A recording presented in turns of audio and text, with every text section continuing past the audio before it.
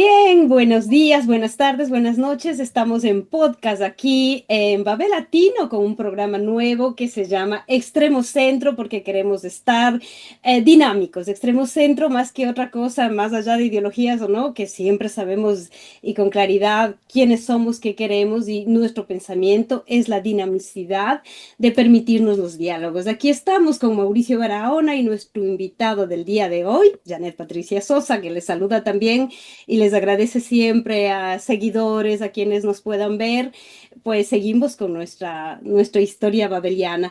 Tenemos a nuestro invitado, Orlando Pérez, periodista, escritor y todo lo demás. Siempre digo el amigo, especialmente, pero para conversar temas de actualidad, de interés, temas históricos, temas que no podemos dejar de lado, más aún en un contexto como el actual. Así que, Mauricio, te voy a dar a ti para que introduzcas la temática y ya le dejamos a Orlando, que es el invitado. Gracias, Orlando, por haber aceptado estar aquí con nosotros. Hola Orlando, ¿cómo estás? Janet, muy buenos días, ¿cómo vas? Amigos, amigas de este programa, que son unas tertulias que tenemos con distintos invitados. Esta ocasión le hemos invitado a Orlando para poder conversar con él un tema que para nosotros es significativo, que es un poco contextualizar en qué circunstancias es que surgen las organizaciones político-militares en el año más o menos a finales de la década del 70, que es una segunda tanda de organizaciones político-militares que asoman en América Latina. De contextualizar eso, contextualizar cuál era el país que teníamos en ese momento, cuál fue su accionar y al último nos interesaría mucho conversar sobre qué relaciones tiene todo esto con los actuales juicios de lesa humanidad. Y digo actuales porque no solo el juicio en donde está como víctima Susana Cajas y otros tres exmiembros de Alfaro Vive, sino que también existe actualmente en marcha un crimen de lesa humanidad que creo yo que es el crimen de los cuatro niños de Guayaquil. Con ese antecedente breve, nos gustaría plantearte primero, para hacer un paneo rápido, de cuál era el contexto internacional de la década, fines de la década del 70, inicios de la década del 80, que es donde resurgen algunos movimientos, otros se consolidan y se desarrollan. Eh, Orlando, conversemos un primer momento sobre esa temática que te planteamos. Saludos, Orlando, gracias por estar acá y vamos adelante. Gracias, Mauricio. Un abrazo especial también para Janet, por supuesto, grandes compañeros, amigos de tantas luchas y ya de tantos años. Yo quisiera hacer una reflexión histórica que llegue hasta el momento actual porque me parece que es fundamental entender todo lo que vamos a conversar como parte de un largo proceso que me parece que tiene una parte súper importante que tiene que ver con el alfarismo. A mí me parece que nada se entiende en este país, pero nada, nada se va a entender en este país si no se asume que el alfarismo dejó sentado una agenda de lucha, un programa de gobierno que está todavía inacabado. Y es lamentable decirlo porque no en términos absolutamente literales dijo hay que hacer esto, este otro. Fundamentalmente era bienestar, justicia social y soberanía política para nuestra nación. Y eso creo que todavía está inacabado, mucho más ahora cuando vemos que los gobiernos títeres de los Estados Unidos, ciudadanos estadounidenses que nos gobiernan en el Ecuador, afirman ciertas posturas que deslegitiman y además desmontan, desnaturalizan, por supuesto, lo que es el significado del alfarismo para el pueblo ecuatoriano. Y les digo esto, Janet y Mauricio, porque el resultado de la consulta popular reafirma en esencia, estructuralmente, esa conducta del pueblo ecuatoriano cuando rechaza la imposición de bases extranjeras militares en el Ecuador, rechaza que se pueda convocar una constituyente que elimine la de Montecristi, que está inspirada fundamentalmente en el alfarismo, en toda su extensión y en toda su complejidad, y por lo tanto me parece que esa es una primera consideración que hay que hacer. Es decir, esta conducta política del ecuatoriano, del pueblo ecuatoriano, históricamente viene desde el alfarismo. Nos podríamos ir un poquito más atrás con Bolívar y demás, pero creo que ese es otro análisis. Me parece que desde el 1895 en adelante hay esta esta tendencia histórica del pueblo ecuatoriano. Y eso es lo que explica lo ocurrido en los 60s, en los 70s y en los 80s, es lo que vamos a hablar. Es decir, por dentro, por un río subterráneo, por unas aguas profundas, estaba latente eso. Y lo que hace Alfaro Vive Carajo en su momento es recuperar ese sentimiento arraigado que además estaba simbolizado en cosas que la gente no veía, que los políticos no veían. Y es que en cualquier pueblito, en el más chiquito, había una calle que se llamaba Eloy Alfaro, un busto, un monumento chiquitico que se llamaba Eloy Alfaro, y que la gente de una u otra manera lo planteaba así. Y incluso en su momento se consideraba a Eloy Alfaro como el hombre más importante de la historia del Ecuador. Y esa recuperación no era para usarla mercantilmente o publicitariamente, sino porque efectivamente era sintonizarse con eso.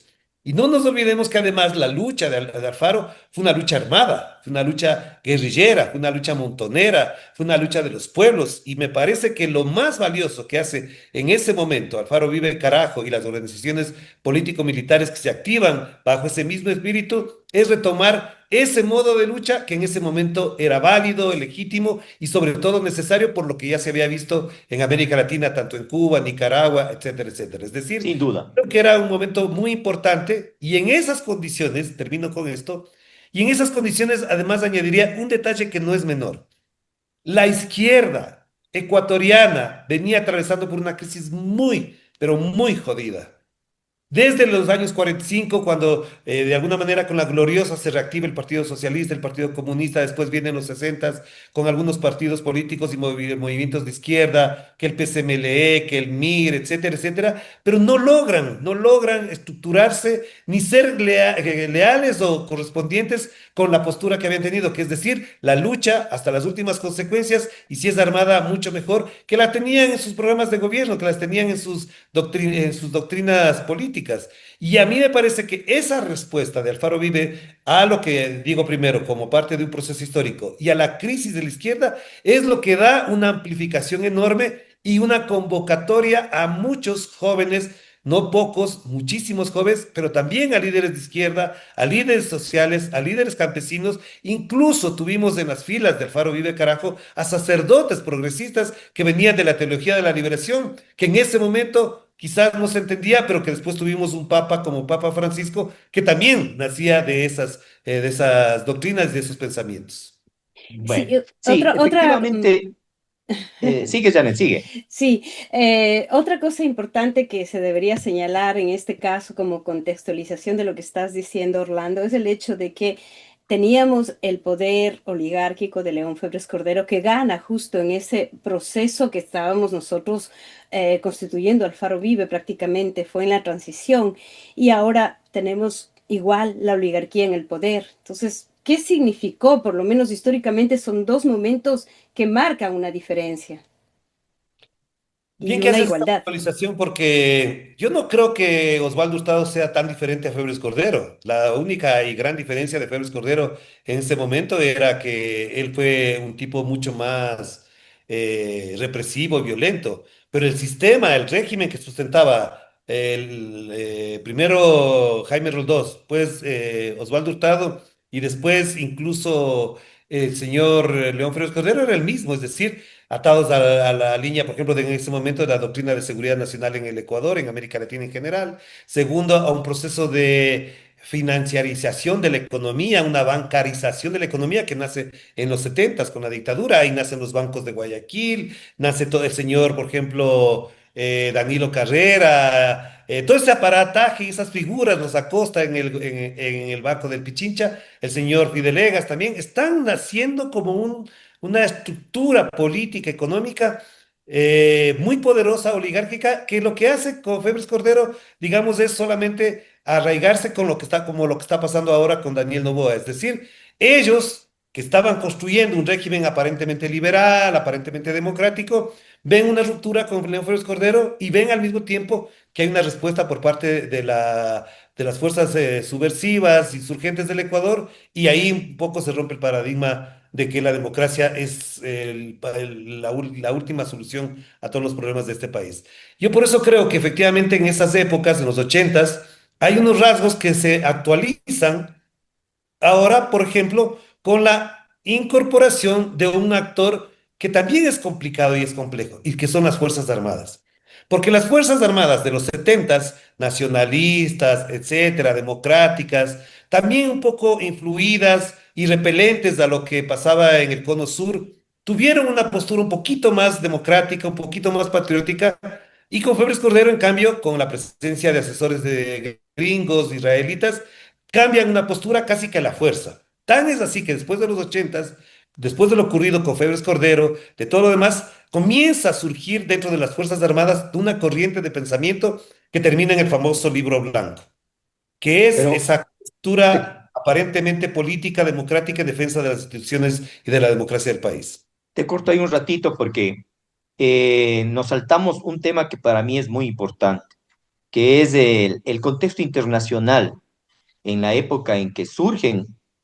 Unos ya existían, pero se potencian, se fortalecen algunos movimientos político-militares en América Latina, porque la presencia en ese momento, a finales de la década del 70, inicio del 80, a nivel internacional, del pensamiento más conservador de la política norteamericana, como era Reagan, como era Margaret Thatcher, y lo que significó a nivel mundial esas políticas que impuestas en América Latina, generaban también condiciones políticas y sociales para una respuesta armada frente a esa arremetida de esa derecha conservadora y radical en el sentido de que quisieron imponer ese proyecto a toda la sociedad, no solamente de sus países, sino de la esfera internacional que significaba América Latina.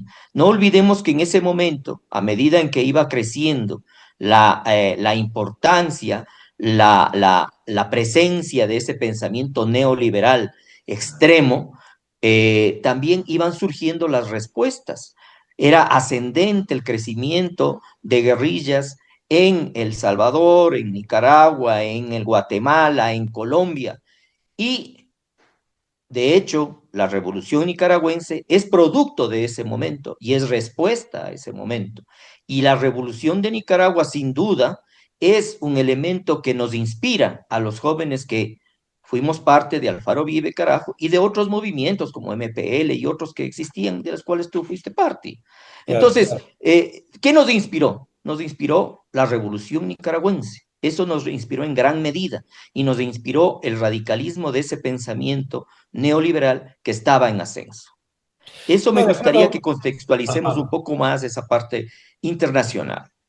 La mencionaba muy ligeramente al principio cuando mencionaba lo que ocurría en Nicaragua y en Cuba también, por supuesto, pero ya que hay que profundizarlo, yo diría que hay unos tres o cuatro factores adicionales a eso. Uno, para no repetir lo tuyo, por ejemplo, lo que pasa en Chile, se intenta por la vía democrática llegar al poder y la dictadura de Pinochet acaba con todo eso. Es decir, que se buscó mecanismos electorales democráticos dentro de la democracia liberal representativa y ya sabemos todo lo que pasó.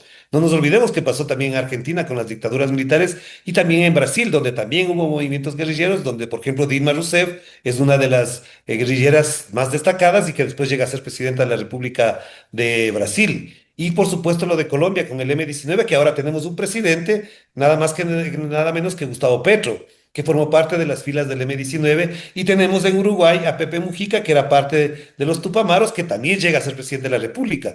Y lo digo esto quizás, Mauricio y Janet, porque se ha querido estigmatizar a los dirigentes políticos de los grupos subversivos como criminales o algo por el estilo para impedir que ocurra lo que pasó en Uruguay con Pepe Mujica, lo que pasó en Brasil con Dilma Rousseff, lo que pasa con Gustavo Petro en Colombia y otras figuras que se me van este momento de la memoria, que han llegado al poder, que han llegado a cargos muy importantes, nacidos desde la guerrilla y desde la acción subversiva y armada en los movimientos insurgentes en América Latina.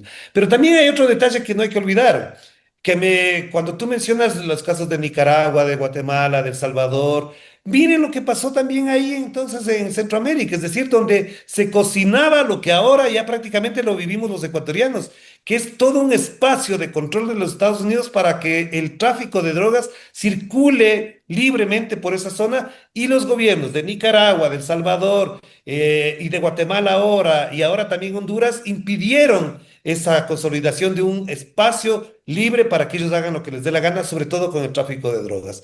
Por eso para ellos había que hacer una campaña de estigmatización a todo eso. Y el otro factor que no hay que dejar de lado es lo que ocurría a nivel mundial. No nos olvidemos que ya a finales de los 70, principios de los 80, en el bloque socialista había grandes disputas. Ya habría grandes discusiones con respecto a cuál debía ser la orientación política, ideológica, no solamente de los gobiernos ya en el poder, sino de los movimientos políticos, partidos de izquierda que aspiraban al poder. Por eso viene la crisis del Partido Comunista, del Partido Socialista. No te olvides que a finales del 79 se rompe el Partido Comunista ecuatoriano y nace Liberación Nacional, que es una decisión bastante importante del Partido Comunista, y por supuesto también una discusión muy profunda en lo que se denominaba en aquella época el maoísmo. El PSMLE no es el mismo de los 70s y de los 80s que el PSMLE de los 60s.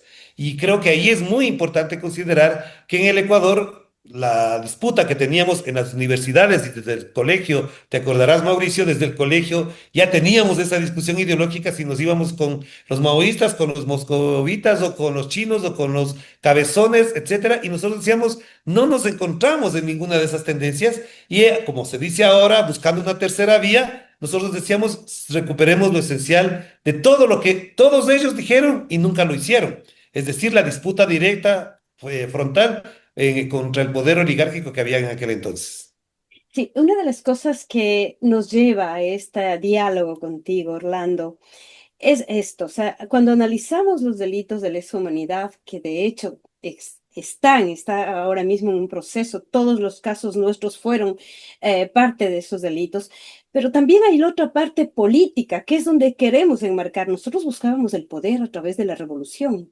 Ese era uno de los objetivos en ese entonces, con todo el marco histórico de lo que estamos hablando, Revolución Nicaragüense, procesos de cambio también en los partidos tradicionales de izquierda o de las extremas derechas siempre se han mantenido, son eso y lo que son, buscábamos el poder. Sin embargo, o sea, si bien nosotros subvertíamos el orden, ¿no? Se puede decir, teníamos que ser con procesos legales, no como se dio. Y en eso también hay la analogía de lo que pasó en los años en que nos mataron, nos detuvieron incluso los hermanos Restrepo fueron víctimas de ese proceso y ahora tenemos otra vez niños y justamente en estos días que se lleva el proceso de uno de los primeros casos que se lleva después de 40 años de Susana con otros compañeros en esto, ¿no? Entonces nosotros sí quisiéramos también decir las ilegalidades que se cometieron. No es que nos metemos solo como somos víctimas, subvertimos, pero no podía ser tratado legalmente así, ¿no? Con ese autoritarismo, con torturas, matanzas ilegales, porque a eso es a lo que han hecho y lo que están haciendo. A ver, Janet, yo creo que tocas un tema que no ha perdido vigencia y que creo además explica algunas diferencias que hemos tenido incluso al interior de la izquierda ecuatoriana y dentro de la izquierda ecuatoriana con el movimiento insurgente Alfaro Vive, Montoneras Patria Libre. En su momento también esa división se planteó por esa discusión de cuál era el método que tenía que utilizarse, utilizando las armas solamente o la organización popular o la lucha política, etcétera, etcétera. Y también ahora con lo que está pasando en la Revolución Ciudadana y pasa con el movimiento Pachacuti, porque yo no veo otro movimiento más de izquierda que pueda plantearse aquello. Yo creo que aquí lo fundamental es entender para qué queremos el poder y cómo llegamos al poder. Y ahí hemos tenido grandes discusiones y grandes diferencias. No basta ya ahora, y creo que más todavía se actualiza esa discusión, con solamente quedarnos en las causas.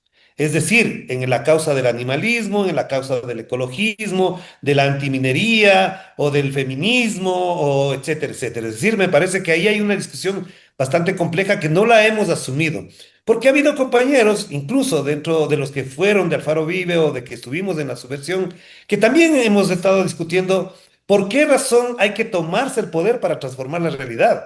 Y hay que tomarse el poder con una opción de poder, con una propuesta de poder, con un cambio radical en lo que hay que hacer. Y esa es la gran lección que quizás tenemos desde la época de Ricardo Arturo Jarrín para acá, que ese era el objetivo. No se puede cambiar el Ecuador y no se va a cambiar el Ecuador porque una ONG aquí haga una cosita muy bonita y la otra ONG en Cuenca otra cosa más bonita y porque tengamos una ONG que resuelve los problemas de los niños en una zona nada más y no todo, en todo el país. Si no tenemos claro que para cambiar a este país hay que tomarse el poder, hay que tener claro el poder y que el poder implica, por ejemplo, que no cedamos ni a la derecha ni tampoco a los juegos de los Estados Unidos. Y eso pasa, por ejemplo, por la actitud que tomó Rafael Correa en su momento, es decir, cuando dice no a las bases militares, decir que no, pero sabe perfectamente que eso que le va a costar el atropello, la disputa con Estados Unidos. Cuando dice que tenemos que ser un gobierno soberano es porque aplicaremos políticas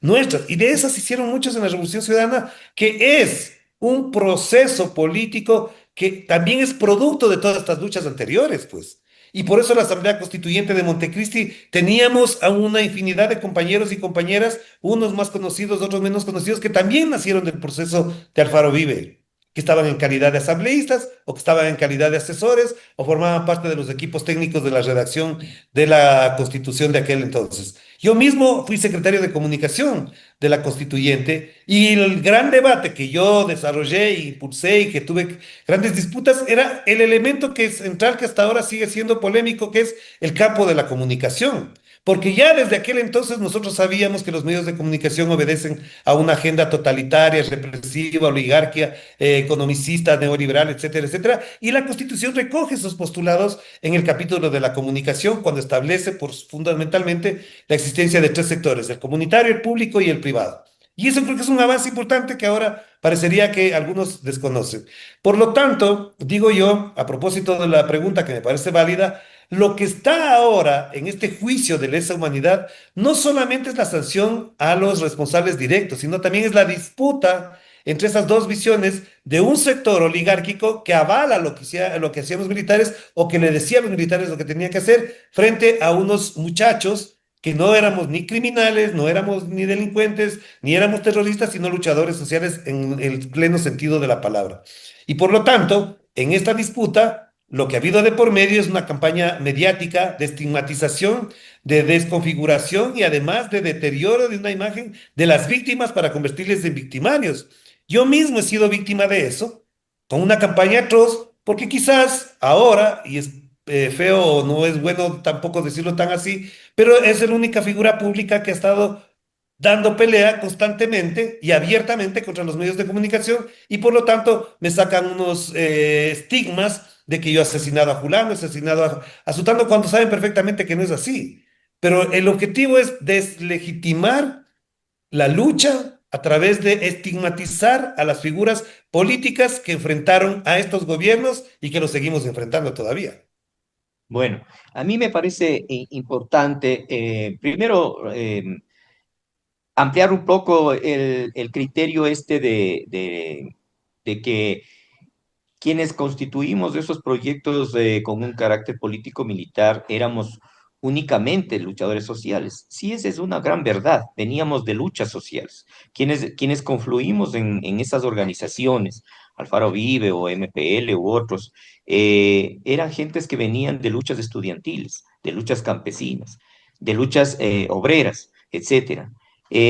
Pero nosotros sí éramos subversivos, nosotros estábamos subvirtiendo el orden establecido y nos colocamos fuera de la ley.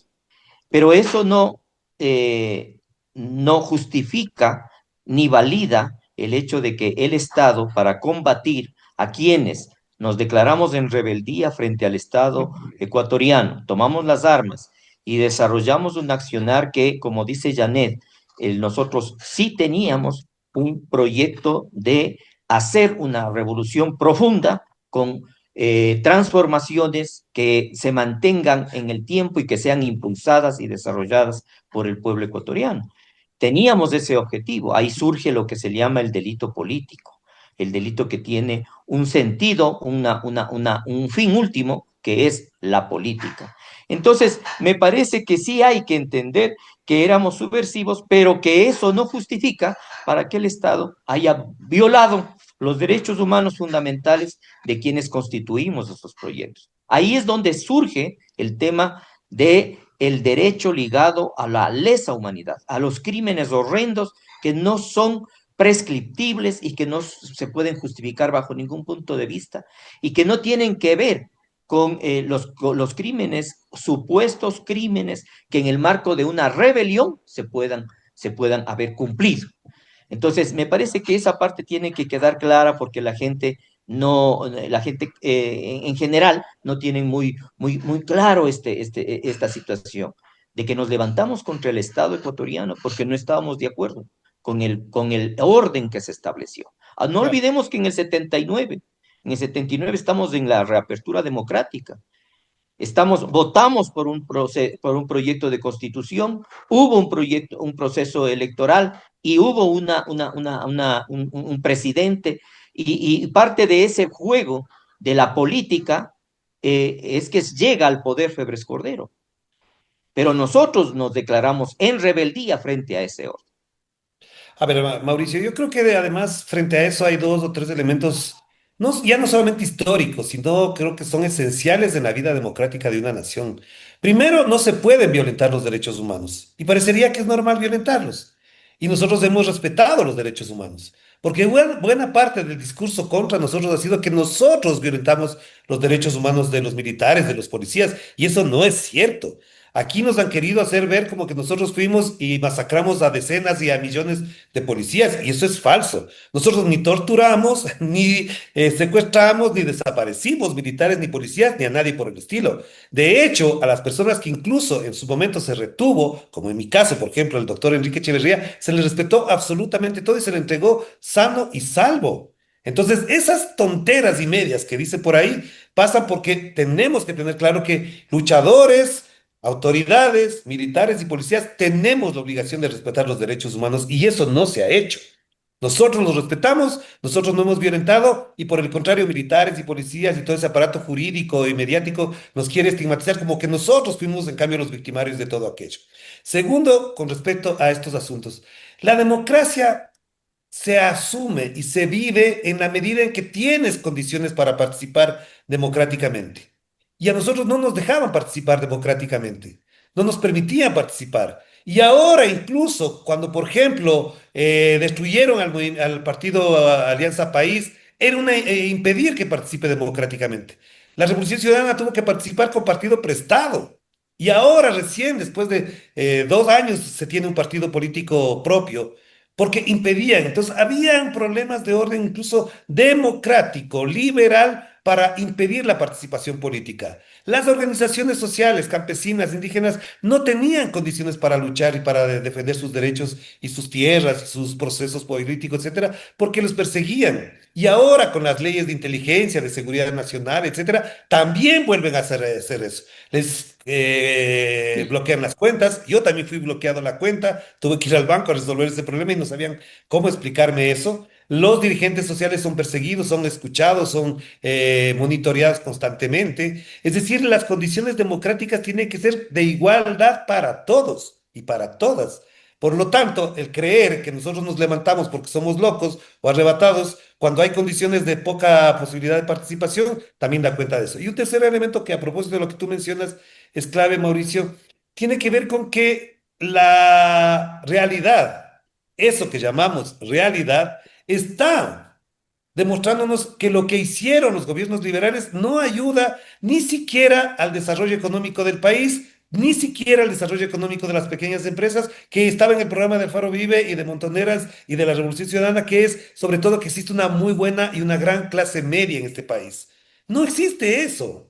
Nosotros luchamos porque la clase media tenga acceso, porque los pobres sean cada vez menos pobres y porque los ricos distribuyan adecuadamente la riqueza. Esos son factores democráticos en cualquier sociedad. No hace falta que sea comunista, socialista, liberal o socialdemócrata. Son elementos claves que están en los postulados de las democracias tradicionales. Y por lo tanto, por ejemplo, este último factor, que tengas a una oligarquía en el poder, acumulando todo el poder económico, acumulando todos los negocios y haciéndose más rico, perdonándose las deudas y los impuestos ante el SRI, efectivamente nos dan todavía otras razones para seguir peleando. En otras condiciones, con otras herramientas, a través de otras incluso leyes, pero también están las condiciones, derechos humanos. Fundamentalmente se tiene que respetar.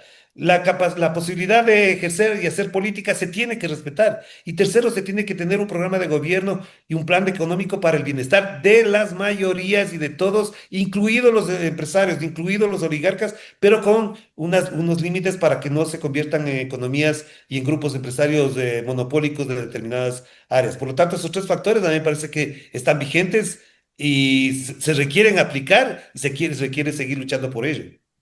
Qué bien, Muy bien. Orlando, porque hemos llegado a la razón del por qué hemos decidido hacer este conversatorio. O sea, la razón fundamental es que 40 años atrás, luchadores sociales estuvimos por las mismas causas que estamos ahora, como dices, con otras formas, pero que se mantienen vigentes como luchas, ¿no?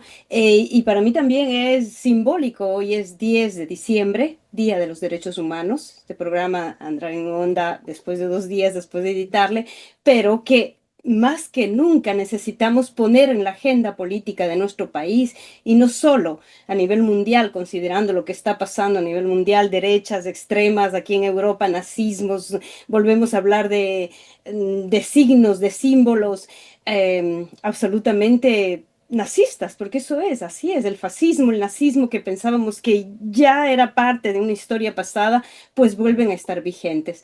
Así que con eso decirte que para nosotros este tipo de agenda es la que tendría que reabrirse, ¿no?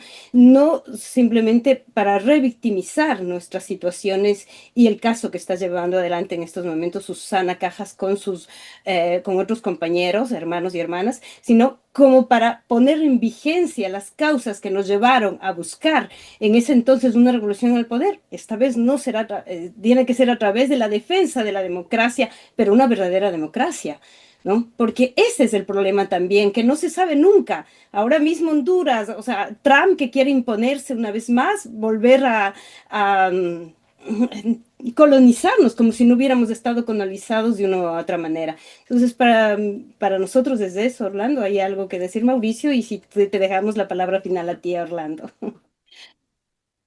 Bueno, para mí Vamos. es importante que quede, hay aportes que nos permita esclarecer, si bien es cierto, digamos, el sentido final tenía el sentido este de esclarecer bien las condiciones históricas, políticas, sociales en las que surgieron esos movimientos y qué relación tiene ahora con los gobiernos perdón, con los juicios de lesa humanidad.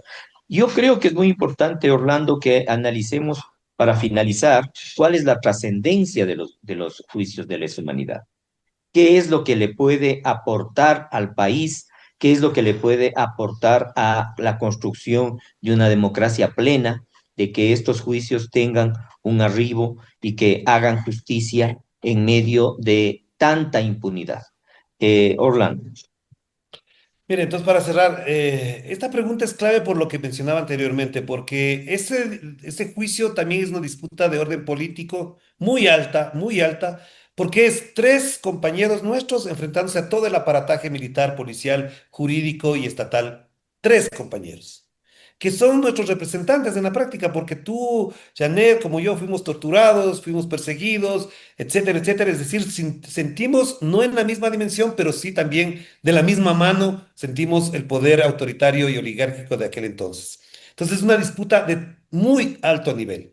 Segundo, me gustaría decir que incluso el castigo que merecerían quienes han cometido delitos de lesa humanidad nos devuelve a las razones de nuestra lucha.